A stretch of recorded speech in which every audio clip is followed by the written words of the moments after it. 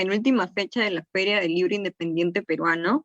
Hoy nos acompañan tres divulgadores de lectura, Jaime Cabrera Junco, Alonso Rabí y Carol León, quienes, bueno, nos acompañarán esta noche contándonos un poco sus testimonios dentro de lo que es el mundo de la literatura.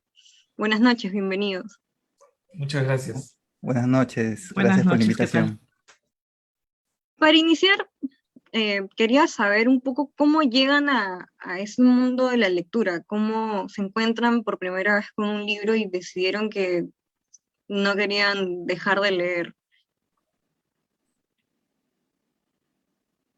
Carol.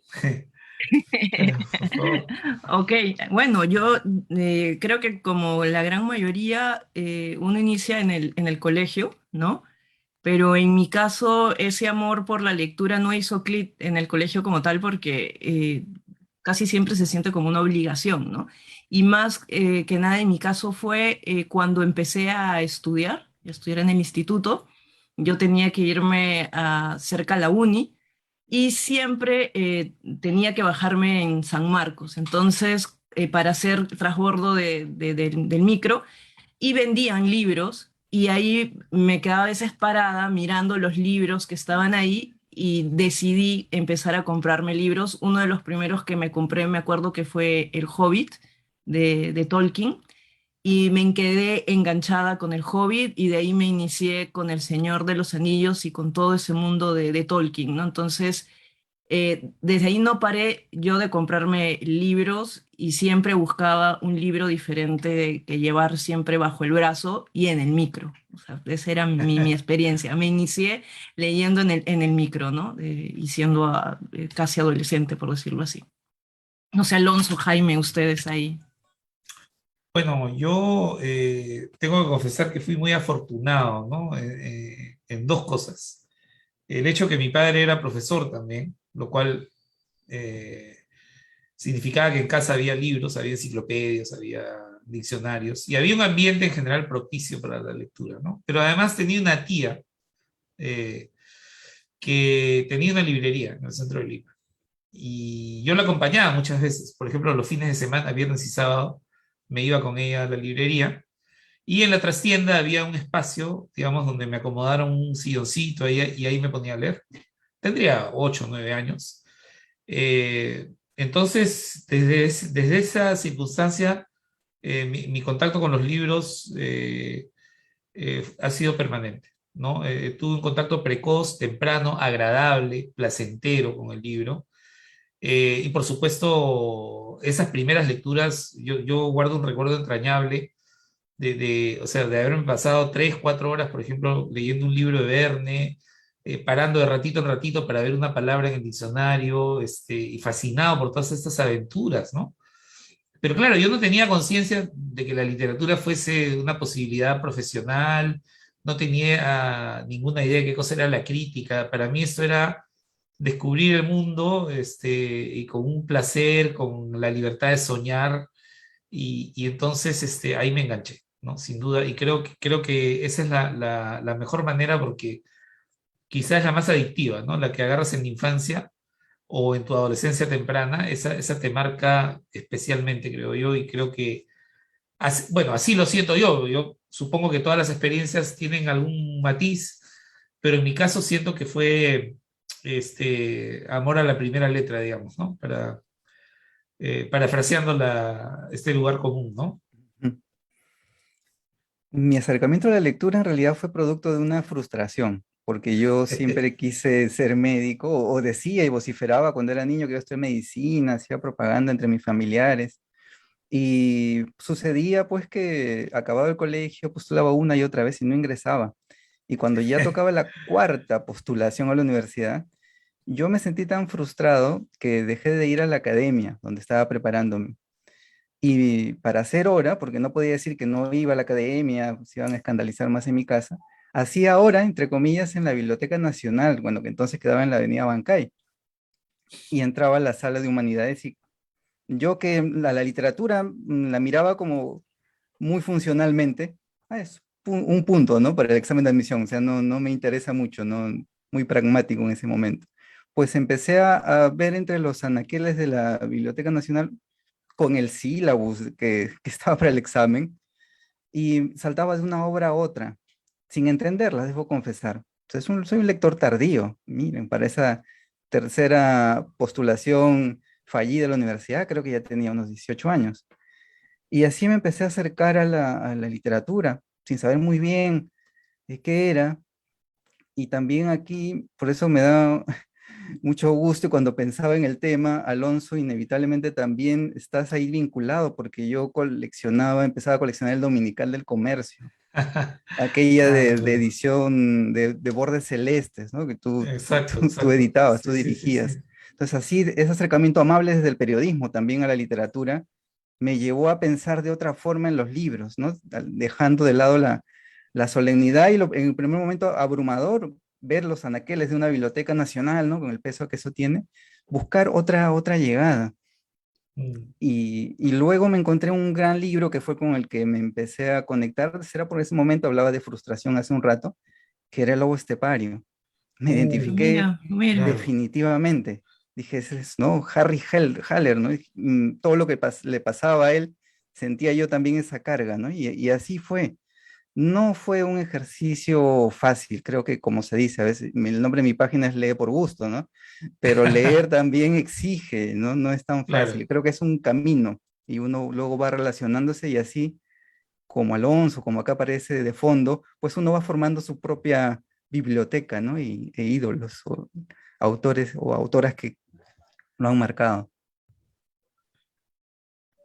Bueno, y a partir de su iniciación en la lectura, ¿en qué momento deciden que no solo quieren tenerlo para ustedes, sino compartirlo? Comienzan a divulgar y a generar que otras personas se involucren en la lectura. ¿Cómo decidieron eso? Bueno, en mi caso, yo me inicio un poco, hace un rato les comentaba de que yo empezaba a comprarme libros, pero como Jaime comenta, ¿no? Jaime se considera un lector tardío, yo me consideraría mucho más tardío todavía, Jaime, y te comento el por qué. Porque iba leyendo, por decirlo así, libros un poco light, ¿no? Que no tienen nada de malo, ojo, pero una de las cosas que yo misma me decía, quiero ir un poco más allá, ¿no? Quiero compartir con otras personas que mi círculo social no tenía realmente con quién compartir. Y me puse a buscar por redes, aproximadamente fue en el 2016-17, por ahí buscaba, no encontraba, hasta que en una feria de libro recibí una invitación de un full day lector y me llamó la atención de un club de lectura que se juntaban en una biblioteca en la Avenida Arequipa. Entonces, ese fue mi primer acercamiento a un club de lectura. Me pareció interesante la mecánica del club y conocí buenos amigos ahí, con los cuales un poco nos dimos cuenta que cada uno leíamos cosas diversas. Yo de este grupo de amigos en un inicio, yo me sentía la que tenía menos experiencia con respecto a leer, porque ellos leían cerca de 100 libros al año, otro leía 80, 90 y tenían sus retos, ¿no? Y yo contaba y decía, yo solo leo 10 por ahí y los míos no son como los de ellos. Y entonces dijimos, oye, ¿por qué no nos juntamos después del club de lectura? Somos 6, o éramos porque uno de ellos falleció, y dijimos, cada uno pongámonos un reto, como cada uno leíamos diferentes cosas y cada uno dice, ya, vamos a leer este mes tal cosa. Y así fue como nos empezamos nosotros a reunir, primero como lectores insurgentes, y hace 2 años decidimos esta locura, por decirlo así, abrirlo a otras personas que también querían retarse, ¿no? Retarse como nosotros, que no tenían un estilo definido, o si lo tenían, querían diversificarse o irse por otros lares, por decirlo así. Y en este mundo conocimos a los chicos de Clásico es Leerte y a los chicos de Tenebris. Entonces, la pandemia nos terminó uniendo más a través de la virtualidad y fue que el año pasado nació justamente formar la asociación cultural de Paradero Ficción, ¿no? Y no hablo más porque si no me robo a mis compañeros también para que nos compartan sus historias. Cuando yo terminé la secundaria, yo creo que ya tenía un gusto, digamos, relativamente sólido por la literatura, en parte porque en el colegio también tuve dos excelentes maestros de literatura.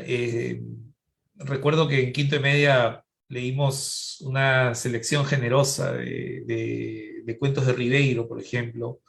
Leíamos un poquito García Márquez, un poquito Vargas Llosa. Entonces, había un maestro que se interesó mucho en esto y nos, digamos, nos proveyó, más allá de lo que mandaba el currículo, ¿no? De algunos textos en mí, por lo menos, terminaron por consolidar una vocación, pero era una vocación que para alguien de quinto de media todavía no estaba muy clara. De hecho, yo termino el colegio y entro a San Marcos, pero entro a la Facultad de Derecho, con la vaga idea de estudiar algo de letras, pero algo que diera plata, ¿no? Esa era mi idea, ¿no? Dentro de letras, porque en ciencias era una nulidad. Dentro de letras dije, ¿qué cosa? Ya, derecho, ya está. Por supuesto, al año me arrepentí, ¿no? Y entonces dije en mi casa, no, ¿saben qué? Me quiero cambiar de carrera, quiero ir a la Facultad de Letras, a literatura.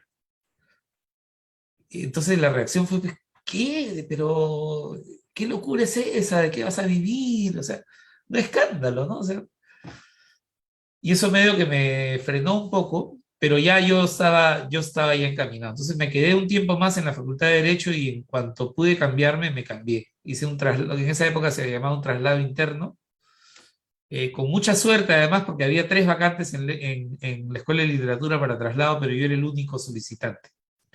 Entonces me recibieron pues casi con bombo y, ¿no? Con bombos y platillos y con alfombra roja. Entonces ahí, cuando me ocurre eso, da la casualidad que consigo mi primer trabajo en la República comentando libros. Entonces, prácticamente el estudio de la literatura se inicia también con mi carrera periodística, digamos, si podemos llamarla carrera, y con el comentario de libros, digamos, con la actividad crítica, ¿no? Entonces, prácticamente las 3 cosas surgen como en paralelo, ¿no? Y desde entonces, bueno, no he parado porque, si bien es cierto que escribo también, a mí me interesa mucho también analizar textos, comentar textos, ofrecerle al lector algún tipo de entrada sobre una novela, sobre un libro de poemas, sobre un diario, en fin. Este, Me interesa analizar, me interesa estudiar porque la formación que yo he recibido en literatura en San Marcos no es, digamos, en literatura no se estudia para escribir, se estudia justamente para ser crítico o para ser profesor, ¿no? Básicamente. Entonces, digamos que tengo un pie en cada cosa, ¿no? Y que ya de manera personal yo desarrollo mi propio trabajo creativo, ¿no? Esa es más o menos la historia. Bueno, continuando con mi biografía de lectora, decía que fui un lector tardío, que desistí de seguir medicina para estudiar periodismo y cuando comuniqué que quería estudiar periodismo, pues fue un escándalo. Aunque sea derecho, por favor, me decían, ¿no? Aunque sea, decían, no, no. Era un año también muy complicado, 1998, y ya estoy echándome, ¿no? Delatándome que ya me vacuné. Eh, Me atraía mucho lo que ocurría en el acontecer político y seguía las noticias, a la par compraba periódicos, entonces dije el periodismo es la carrera que debo seguir. Y cuando estudiaba periodismo, pues la referencia para mí era García Márquez. Y la frase esta, ¿no? De que el periodismo, como la prostitución, se prende en la calle, ¿no? El periodismo. Y entonces no tenía en el mapa lo cultural, ¿no? Me atraía lo político por lo que ocurría, entonces lo cultural también fue, digamos, una casualidad, porque después de un tiempo empecé a dar clases en la universidad y ya venía con fuerza esto del internet y el periodismo digital, como empezó a llamársele. Y me vi obligado pues a predicar con el ejemplo, porque las clases de periodismo digital no habían libros, todo lo que ocurría en el momento pues era lo que se tenía que enseñar, era casi como ser un cronista de lo que pasaba en ese momento. Y dije, ¿cómo puedo vincular el periodismo con internet, con algo que me interese? Y dije, podrían ser, y había coincidido, yo trabajaba en Perú 21 en ese momento, que por esas cosas del marketing, pues la sección cultural habían desaparecido. Dije, acá hay un vacío. Dije, no, la sección cultural no existe, se la bajaron. y propuse crear un blog, porque todavía había un boom de blog que empezó creo en 2007, 2008. Y en 2010 propuse crear el blog y me dijeron, oye, por si acaso no creas que te vamos a pagar más. No, no, yo lo voy a hacer porque quiero, lo voy a hacer por gusto, ¿no? Porque quiero. Y entonces así fue Qué honestos, qué honestos. sí, así fue que se me ocurrió el nombre, ¿no? Dije, voy a vincular lo literario con estas herramientas digitales. Y así empecé, sinceramente, sin tener mucha idea, sin mucho background. Insisto, soy un lector tardío y a veces cuando escucho hablar a gente que escribe y que ha tenido pues este contacto con los libros desde muy pequeño, a veces yo me sentía mucho más, ¿no? Reducido, pero pienso que en todo caso ha sido un mérito encontrarlo por mí mismo.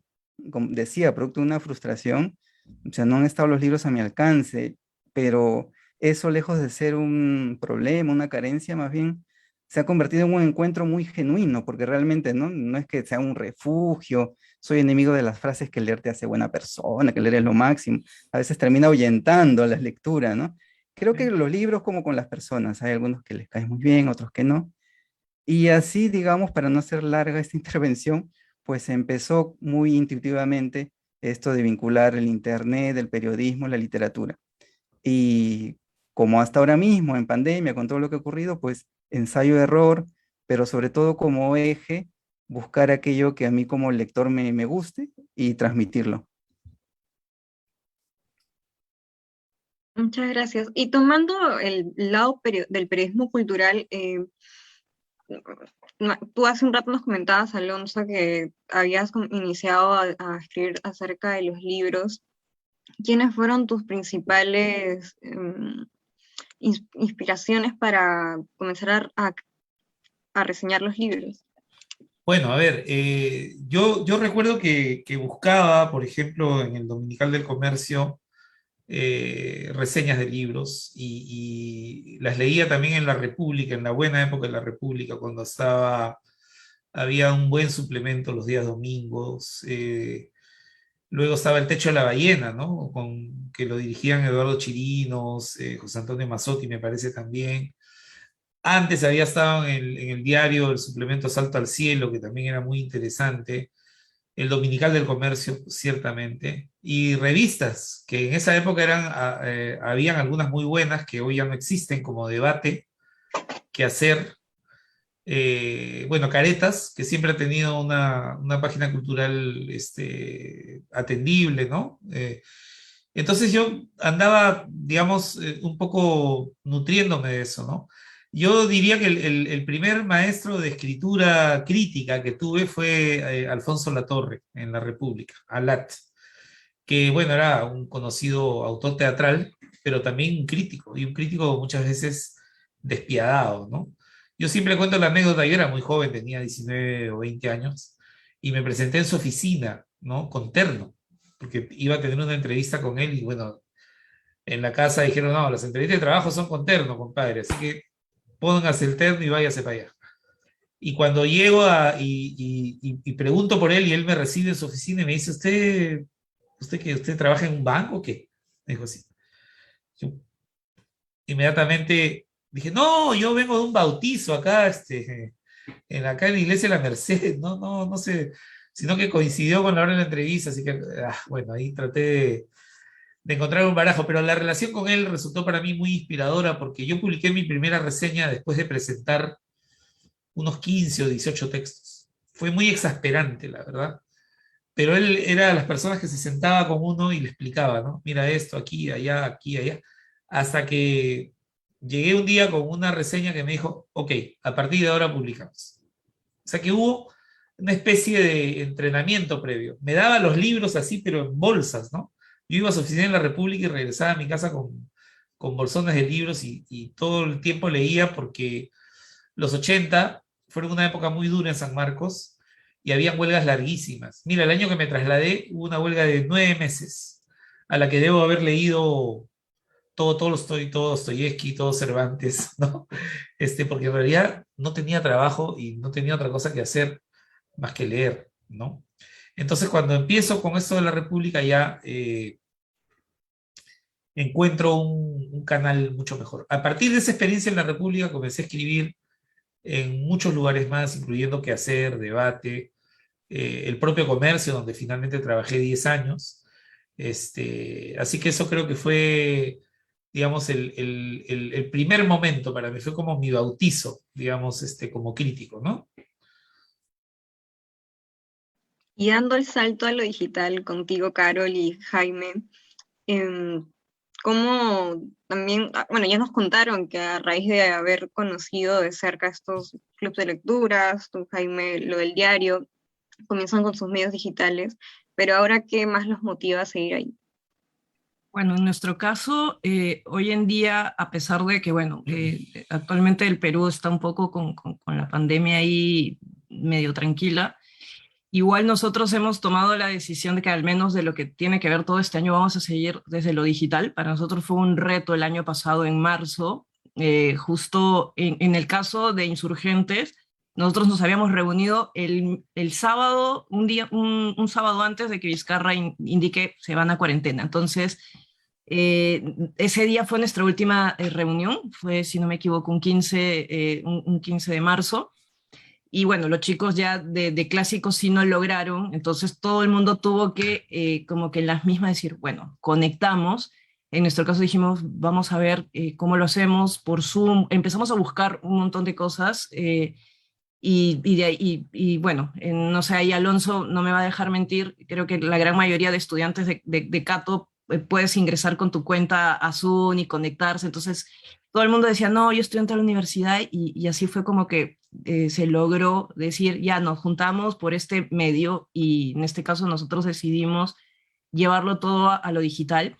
Lo que sí hacemos bastante es, ponemos bastante interacción en nuestras redes, usualmente movemos más Instagram, donde empezamos a pautear un poco hablando de los autores que vamos a leer en el mes. Hablamos del autor o de la autora, porque siempre tenemos una lectura principal y una secundaria, y un poco vamos soltando como que frases de los libros como para ir picando a la gente, ¿no? Para picar a la gente para que se prepare al día de la reunión. Tenemos el podcast Paradero Ficción, que lo pueden escuchar en Spotify, en iTunes. Entonces ahí también ustedes nos pueden encontrar dentro de las redes sociales como Paradero Ficción también. Hacemos algunos en vivos. Luego de cada reunión, al menos en el caso de Insurgentes, ponemos un video con el resumen de lo que la gente habló. Entonces, nos tenemos así en constante movimiento por redes sociales, nos movemos en WhatsApp, también tenemos un grupo en Telegram, y bueno, y también tenemos un servidor en Discord. Para los que no saben, Discord es una herramienta de difusión que nació casi para gamers. Nosotros dijimos, ok, aprovechemos este espacio, creemos nuestro servidor y ahí tenemos también abierto en Discord canales donde nosotros hacemos lecturas en conjunto, pequeñas lecturas de cuentos, y nos juntamos todos y cada uno va leyendo un párrafo de ahí del libro, todo el mundo va poniendo emoticones, GIF, y ahí vamos hablando y comentando. Y es un poco la interacción que vamos teniendo en lo que es redes. Y como les comentábamos, igual, si es que se logra aperturar todo a partir del 2022, lo que hemos visto también es mantenernos tipo semipresencial, ¿no? O sea, los que se puedan juntar presencial, pero vamos a ir viendo a tener la gente conectada virtual, porque también se nos une gente del interior del país y tenemos a varios chicos también que están en Ecuador y en otros países también. Entonces, obviamente no queremos dejar a nadie fuera, ¿no? Y seguir promoviendo lo que viene a ser la lectura con estos medios de las redes. Yo confieso que con las redes sociales tuve una relación un poco tirante. Hasta decía que si no fuera porque tenía que dar clases en la universidad, no me hubiera creado ni Facebook, me creé Hi-Fi, así como, bueno, a ver de qué se trata, ¿no? Pero después traté de ver las posibilidades que ofrecen las redes sociales, tratar de poco sacarle la vuelta. O sea, veía si en el muro común y corriente predominaban los platos de comida o los viajes, esas fotos. Yo decía, pues no sé, yo voy a meter de contrabando literatura, ¿no? Entonces compartía poemas o alguna canción relacionada con una obra literaria, ¿no? Entonces dije, bueno, las redes sociales son una herramienta, son una posibilidad y hay que sacarles provecho. Luego Facebook ya se volvió perverso, ¿no? Con esto de los logaritmos y pagar publicidad, pero antes corría muy bien. Recuerdo cuando cada posteaba frenéticamente, no sé cuántas veces al día, cada cosa que se me ocurría, algún fragmento de una obra, agarraba un libro y copiaba un fragmento, lo posteaba y era lo máximo. Después empecé a también entender Twitter y hay descripciones de cada red social, ¿no? En Twitter ahí estaban para jalarse los pelos, ¿no? Para discutir. Y luego también no tenía mucho conocimiento del Instagram, pero creo que, insisto, cada red es una posibilidad. Entonces, Instagram también tiene lo suyo, ¿no? Entonces, es un reto para mí todavía Instagram, ¿no? Publicar las fotos, buscar sacarle provecho a la imagen. A veces uno no se da abasto, miren, entre cada red social y después de puro curioso y para ver qué tal, entré a TikTok. Y curiosamente en TikTok me va mejor que en Instagram, porque ahí coloco fragmentos de lecturas y algunos videos tienen más éxito, entre comillas, no sé, en literatura hablar de posts que tienen éxito es muy relativo, ¿no? Es decir, lo que se viraliza es otro tipo de contenidos, pero ahí está lo literario como para meterse como quien no quiere la cosa y por ahí jalar un poco miradas, ¿no? Y hay temas que sí atraen mucho, o a veces también, tengo que decirlo, aprovecho la coyuntura. ¿Recuerdan el mensaje de Sagasti cuando leyó un fragmento de un poema de Vallejo? Entonces yo coloqué ese poema, ¿no? Y eso se comentó. O a propósito del quechua, ¿no? Un poema de José María Argueda, ¿no? Catatay. En fin, entonces es como se explora. Y para mí es un aprendizaje continuo. Hay que verlo como un aliado, una posibilidad, y nos reta a los que de repente no estamos como muy familiarizados, o nos pone en la encrucijada también de en qué momento voy a leer lo que realmente quiero si tengo que estar también dividiendo mi tiempo en las redes, ¿no? Creo que es cuestión de organizarse. Estoy en eso, todavía no puedo dar una receta. Sí, y hablando de las redes sociales y bueno, TikTok exactamente, es un espacio para muchos jóvenes que recién están conociendo la lectura para poder familiarizarse más con los libros. Y lo bonito de la lectura es que es diversa. ¿Ustedes qué opinan sobre la literatura infantil y juvenil? Hace un ratito, Carol, tú estabas hablando de los retellings, no sé si podrías compartirlo de nuevo. Sí, justo yo les comentaba que en el caso al menos de nosotros como asociación, no discriminamos a ningún tipo de lector, al contrario, lo que tratamos de hacer es más bien romper ese esquema que muchos jóvenes no encuentran en su tipo de educación tradicional, ¿no? Que suele dejar de lado a veces mucho tipo de literatura o mucho tipo de libros. Entonces lo que nosotros más que nada decimos es, oye, o sea, todos tienen derecho a leer y aprender y un poco conocer después ya estos clásicos o a estos autores que tienen ya una cierta trayectoria. Entonces, justo les comentaba a ustedes sobre muchos libros que son ciertos retellings, de tipo les hablaba de las crónicas lunares, que tenemos a Cinder, que viene a ser la Cinderela, o autores que van muy dirigido también al público juvenil, pero que obviamente sus obras están basadas en muchos clásicos y que lo que tratamos de hacer es ver estas referencias y, por ejemplo, en lo que es Leerte, el club que también tenemos dentro de la asociación, es justamente a los jóvenes fortalecerlos para que conozcan y vean que muchos de estos libros juveniles están basados en todos estos clásicos, ¿no? Y enseñarles a amar nuestra literatura y verlo desde otra perspectiva.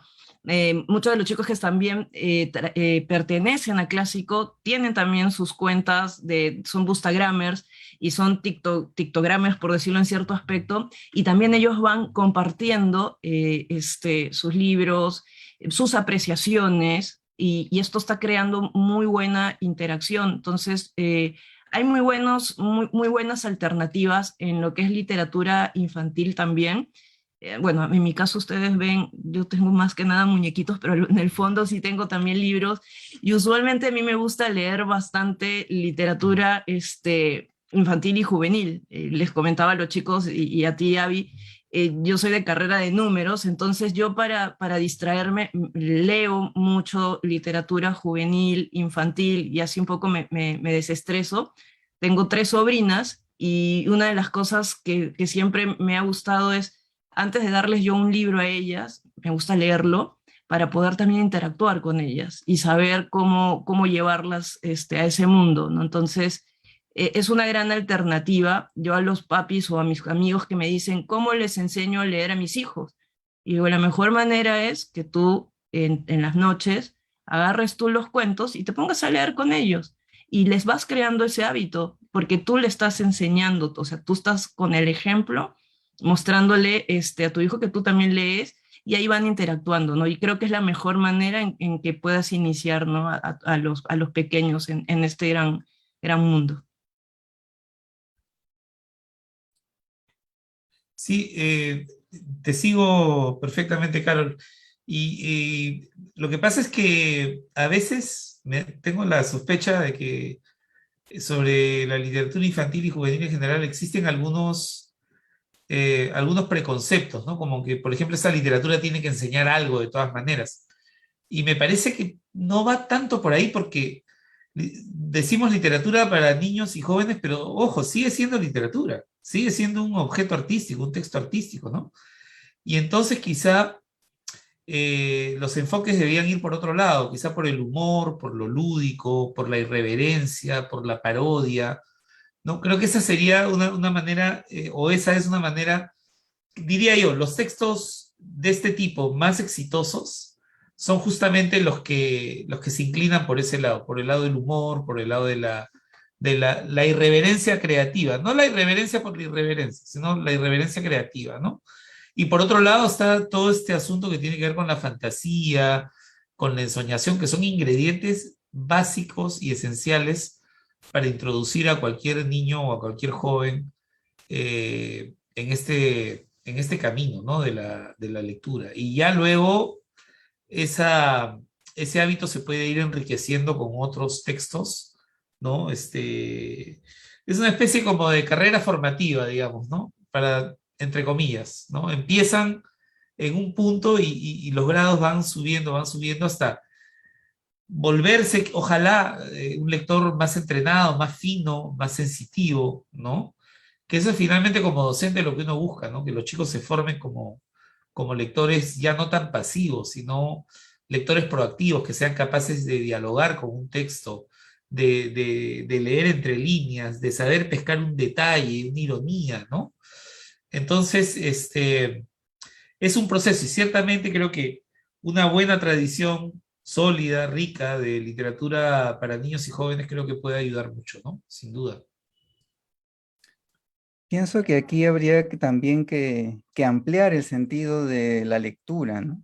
La lectura se le remite a veces exclusivamente al libro, y si uno abre el espectro y ve la lectura también como leer imágenes, leer lo que ocurre alrededor, que sería como interpretar o aprehender, ¿no? Con H, pues también la literatura infantil explota mucho eso.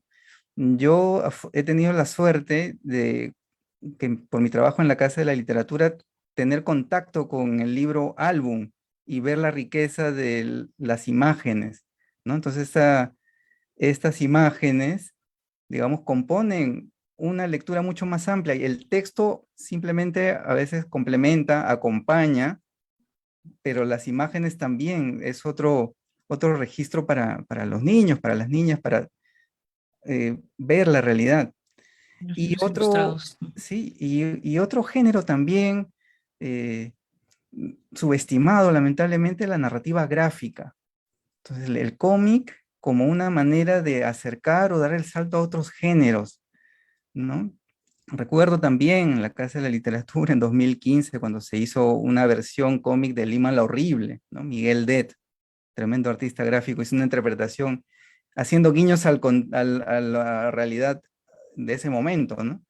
Entonces, tanto el género, la ilustración, las imágenes, el texto pueden acompañar y llevar también a otras lecturas, ¿no? Alguien decirle, bueno, esto de aquí tiene un libro, se llama Lima la Horrible y no es una diatriba contra Lima, ¿no? Al contrario, es un escritor que quería mucho a la ciudad pero que más bien la interpretaba y la veía desde el contexto. Y en fin, eso para no abrirme tanto, para hablar de literatura infantil y juvenil, pues es, digamos que puede acercarnos a, desde pequeños. Me acuerdo mucho que Osvaldo Reynoso decía, el gusto por la lectura es como la gripe, ¿no? Pues se transmite por contagio, es decir, desde casa, ¿no? Tal cual. Y también pienso en otro elemento, de ahí está la voz también, ¿no? De los padres, de las madres, para acompañar, estimular. Me identifico mucho con lo que dices, Carol, pues que a veces uno subestima un libro y dice, no, no, este autor, ¿no? De saga juvenil y tal, pero me parece muy bacán lo que ustedes hacen de vincular, hablando de internet, ¿no? El hipertexto, esta historia juvenil, romántica. Mira, Shakespeare, un tipo del siglo XVII, había escrito Romeo y Julieta, ¿no? Entonces ahí hay un vínculo, ¿no? Por si acaso, está ahí, ¿no? Está la opción siempre, ¿no?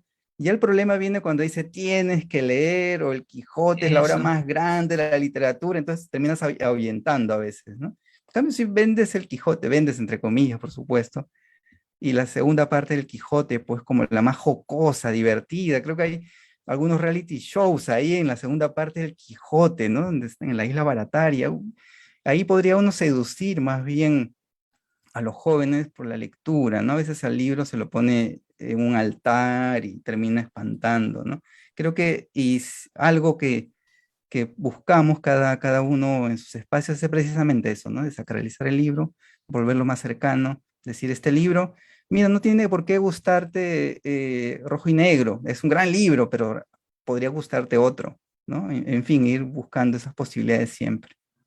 Y ahí tú pones énfasis en un tema que a mí me parece crucial, que es la necesidad de maestros que motiven la lectura, ¿no? Que generen ese Eso. entusiasmo, que sean, como dicen los médicos ahora del MINSA, vectores de contagio, ¿no? Este, eso es importantísimo, porque yo creo que, mira, yo pienso todavía que puedo aprender un poco de matemática todavía, pero va a depender mucho de quién me enseñe, ¿no? Como dije al inicio, yo tuve la suerte de tener dos excelentes maestros de literatura que fueron realmente, digamos, centrales para mí, ¿no? Quizás si yo no hubiese tenido esos dos maestros, sería un abogado simplemente, ¿no? Eh, entonces, y lo que uno hace, el trabajo que uno hace en clase, tiene que ir por ese lado, tiene que generar ese entusiasmo, tiene que generar esa alegría por la lectura, tienes que hacerles ver a los chicos que independientemente de que te haga mejor o peor persona, la lectura te brinda herramientas para la vida, ¿no? Te brinda herramientas para comprender, te brinda herramientas para generar conductas empáticas, solidarias, te brinda herramientas para mirar de manera crítica tu entorno. Y si eso no te hace mejor, bueno, no sé qué cosa te podría hacer mejor, tampoco, ¿no? Entonces, yo creo que sí, creo que la lectura es un hábito positivo, o sea, por donde lo miremos, ¿no? Ahora, ¿en qué medida, en qué grado? No tengo una fórmula, pero sí pienso que las personas que leen son distintas de las que no leen, en cierto sentido, ¿no? En la actualidad, ¿qué tanto el periodismo cultural influye en los lectores? Porque, bueno, a raíz de la pandemia todo se ha digitalizado más y el periodismo sigue en esta guerra de ser el 4.0, seguir digitalizándose. Em, ¿Qué tanto sigue influyendo en los lectores? Bueno, yo creo que hay que ser un poco abogado del diablo acá porque, digamos, el periodismo cultural, y Jaime no me va a dejar mentir, en realidad está en un momento muy crítico, creo yo, porque no hay muchos espacios. A ver, vamos a hablar con toda franqueza, ¿no? O sea, somos un país de 32 millones de habitantes y hay un solo suplemento cultural que ya no es un suplemento, sino que son dos páginas dentro de la edición dominical de un periódico. Entonces, cuando decimos periodismo cultural, estamos hablando, me parece a mí, a veces de un horizonte un poco utópico, ¿no? Cuando vemos un canal 7 que es el canal público, ¿no? Que ha rebajado sus contenidos de una manera espantosa, como si fuera cualquier canal comercial, ¿no? O sea, hablamos del quechua, programa concurso, ¿no? Como si todo el mundo hablara y supiera quechua, ¿no? ¿Sí? Esa frivolización, esa banalización creo que le hace daño a esto que podríamos llamar periodismo cultural. Uno va a Colombia, uno va a Argentina, compara suplementos, calidad de revistas, la propia industria editorial, ¿no? O sea, caramba, uno dice, en medio de todo, a pesar de la crisis, a pesar de la violencia, o sea, hay un lugar de respeto por estas cosas, ¿no? Pero vuelvo a decir, 32 millones de habitantes y no hay suplementos. No hay. Ya no hay suplementos. Hubo alguna vez Lundero, hubo alguna vez el Dominical como suplemento independiente autónomo, hubo alguna vez el Techo de la Ballena en la República, hubo Lundero en la industria. Hoy día, ¿qué hay? A ver. Bueno, digamos, están los youtubers que hacen un papel, cumplen un papel fundamental, hay instituciones como Casa de la Literatura que realmente son faros de, ¿no? y imanes para la lectura, para la difusión cultural, pero hay políticas sobre eso. Eh, Está el esfuerzo público, está a la par de los esfuerzos privados. ¿A quién le interesa realmente que esto levante? ¿A quién le interesa construir una industria cultural sólida, fuerte, que se proyecte hacia el futuro, que tenga un impacto económico grande como lo tiene en Argentina, en México o en Brasil? Entonces, claro, suena bonito, ¿no? Yo he dicho que me dedico al periodismo cultural porque, claro, es lo que hago, pero el contexto es sumamente complicado, con muchas limitaciones. A pesar de que hay yo veo algunas mejoras, por ejemplo, ¿no? El hecho de que haya más librerías, de que haya más editoriales, eso sin duda es positivo, ¿no? Ahora, no es suficiente, ¿no? Faltan otras cosas más ahí, ¿no? Pero, digamos, siempre tengo la esperanza de que esto en cualquier momento puede levantar, ¿no? Como la espuma. Y ojalá que así sea, ¿no? Recuerdo que en 2012, cuando se inauguró la Feria del Libro de Lima, el país invitado fue Argentina, y quien dio el discurso fue Martín Coan. Y él dijo: estamos aquí reunidos para hablar de literatura, algo que le importa muy poco a muchos y mucho a muy pocos, ¿no? No sé ahora mismo cuántos de estos pocos están conectados, a ver que comenten, se manifiesten. Hablar de influencia en un mundo tan pequeño, Alonso resonaba la cifra de habitantes, ¿no? Y a veces cae sobre un peso, ¿no? A mí también me han preguntado: ¿y tú crees que tu página fomenta la lectura? No lo sé, no creo, no sé, en todo caso es como una responsabilidad que de repente no me cabe, pero me interesa en todo caso despertar o compartir ese gusto por la lectura. O yo a veces trato de establecer qué hago realmente en la página, ¿no? Si coloco fragmentos de alguna novela o un poema de algún autor, de alguna autora que en esa mañana que lo seleccioné a mí me dijo algo, entonces quiero compartirlo.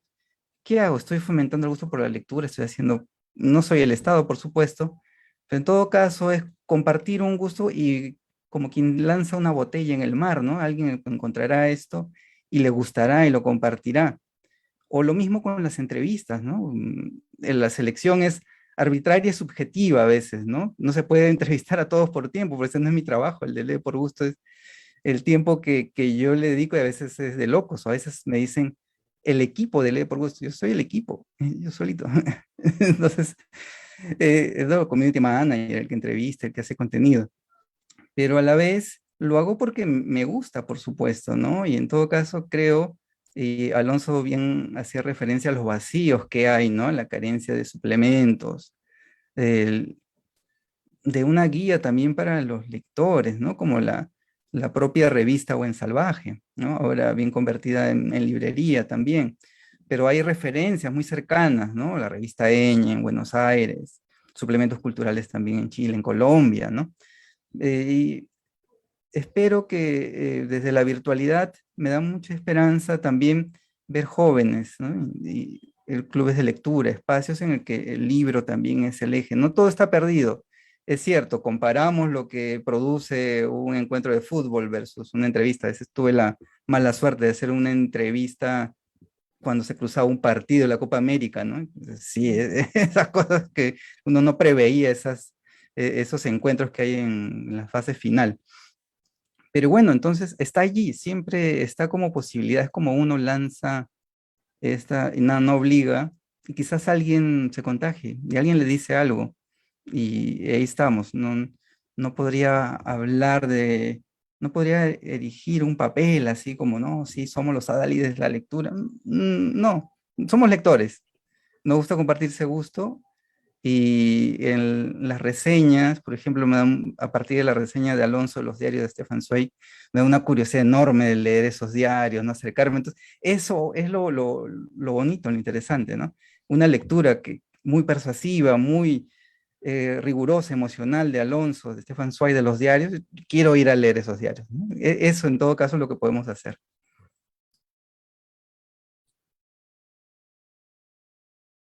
Bueno, y ya para finalizar, ¿creen que la lectura es resistencia? Sí, yo creo que sí, porque es pelear por un espacio de reflexión y de pensamiento que también de alguna forma en el sistema educativo ha caído también un poco en crisis, ¿no? Entonces, sin duda es una apuesta que hay que hacer. A ver, yo simplemente planteo esta cuestión. A los políticos, a los candidatos se les obliga a firmar compromisos por la democracia, ¿no? Se les obliga a firmar compromisos por el respeto de la institucionalidad. Nunca se les hace firmar un compromiso por el equipamiento de las bibliotecas regionales o municipales. Nunca se les hace firmar un compromiso por la promoción cultural. O sea, digamos, ¿qué cosa es la cultura en ese escenario? Casi nada, ¿no? Entonces, yo creo que hay que partir de un sinceramiento, ¿no? Hay que partir de un sinceramiento. O sea, cuando yo he visto cifras de comprensión lectora entre maestros, son de espanto. O sea, ¿a quién están formando? Por favor, ¿no? Ahora que se ha puesto de moda la palabra idoneidad, ¿no? ¿Y cómo es posible que las capacitaciones o las evaluaciones profesionales generen tanta resistencia? Eso es, para mí, resulta ofensivo, ¿no? Porque esas personas son responsables de la educación, ¿no? Y como responsables de la educación tienen varias tareas. Una de ellas es fomentar justamente la lectura, ¿no? Entonces, creo que hay que componer las cosas un poco desde la base y va a ser un trabajo arduo, lento seguramente, pero que solo si se sostiene en el tiempo va a dar buenos resultados, ¿no? Grandes, grandes resultados. Ojalá. Yo creo que en sí no está tan perdido Alonso, ¿no? Porque un poco esta sensibilidad, al menos que me llevo esta percepción por esta virtualidad hoy en día con los clubs de lecturas que estamos nosotros, ver la cantidad de jóvenes que están tratando de acercarse, Bueno. a pesar de que en muchos aspectos se les pueda resistir un poco tener un medio. Por eso vemos también tener leer libros libres de derecho, por un lado. Yo creo que sí, o sea, que yo le veo bastante futuro, obviamente siempre adaptándonos y estar siendo muy, muy maleables a cómo se va avanzando en el tiempo. En este caso, la tecnología nos está acompañando. Como comentaba hace un momento Jaime, primero inició él por Facebook, de ahí pasó por Twitter, de ahí Instagram y ahora TikTok. Yo hace un rato les he hablado de Telegram, les he hablado de WhatsApp, les he hablado de Discord, ¿no? Pero siempre estamos por ahí y siempre es bueno ir buscando estos espacios y no satanizarlos para poder llegar cada vez más también a estos diferentes lectores para que sean comprendidos, porque muchas veces tampoco son comprendidos, y que encuentren un espacio con quien también poder compartir. En mi caso fue así, yo no encontraba un espacio, lo encontré. Y obviamente nosotros dijimos, así como estamos nosotros, deben de haber otras personas, y hemos creado este entorno, ¿no? En Instagram hay muchas cuentas que se les define Bookstagrammers, ¿no? Donde ven una infinidad de jóvenes, de niños, adolescentes, y personas mayores también que comparten su gusto, porque yo creo que lo principal aquí es influenciar, y la mejor manera de Ajá. influenciar es mostrando el gusto que uno tiene, ¿no? Y perder ese miedo por que tal vez uno no es el erudito muchas veces en los temas, pero yo sí le veo realmente un futuro, tengo la esperanza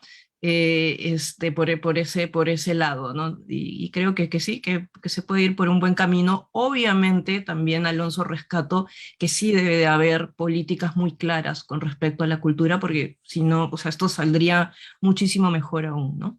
Claro, sin duda. Sí, partiendo de lo que mencionaba Alonso, la necesidad efectivamente que haya políticas culturales, lo que resalta Caro, las posibilidades de las redes sociales, lo que nos hace ver que el problema no es el contenido, sino también la forma en cómo se presenta a los jóvenes, ¿no? A los lectores del futuro, a los niños. Pienso en todo caso que la literatura es sobre todo diálogo, ¿no? Del lector con el libro, de ese autor que no conoce, que no imaginó que alguien iba a llegar a ese texto, y de los lectores entre sí, ¿no? En los clubes de lectura, en esas transmisiones que hago los viernes, en donde alguien que quiere leer sus textos o hablar del libro que le gustó, lo hace, y creo que eso tiene un efecto multiplicador, ¿no? Es cierto, somos pocos, ¿no? Siguiendo la frase de Coan, ¿no? Muy pocos a los que les interesa mucho algo que es la literatura.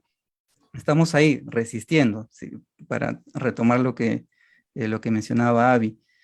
Pero hay también, digamos, con la posibilidad de tener claramente una política cultural sería mejor. Yo a veces no quisiera quedarme de brazos cruzados tampoco.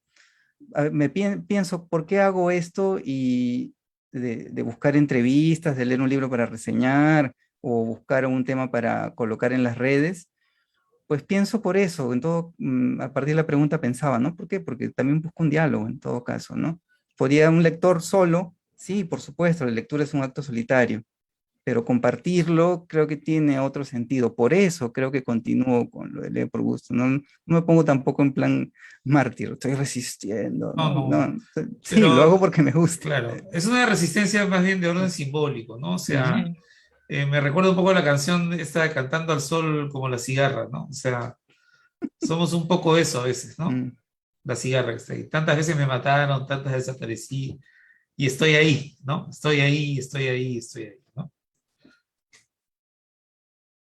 Bueno, muchas gracias por habernos acompañado. La verdad es que ha estado muy buena la conversación y saber sus testimonios. Quería recordarle al público que seguimos hasta mañana con nuestros descuentos en libros independientes y pueden seguir a nuestros invitados en sus redes sociales. Alonso publica todos los viernes en Sudaca una columna en un lugar de La Mancha. Carol con su podcast y en redes sociales para Aeroficción. Ficción. Sí, donde publican mucho contenido sobre lecturas diversas, como ya lo he mencionado, para todas las edades. Y Jaime Cabrera también en Facebook, Twitter e Instagram con Lee por Gusto haciendo difusión literaria. Muchas gracias a todos. Buenas noches. Gracias también a Gracias la Gracias también. a feria y todos a Buen Salvaje por la por la invitación invitación. y la oportunidad de esta charla tan agradable. Muchas Gracias. gracias. Un gusto. Hasta luego. Igualmente.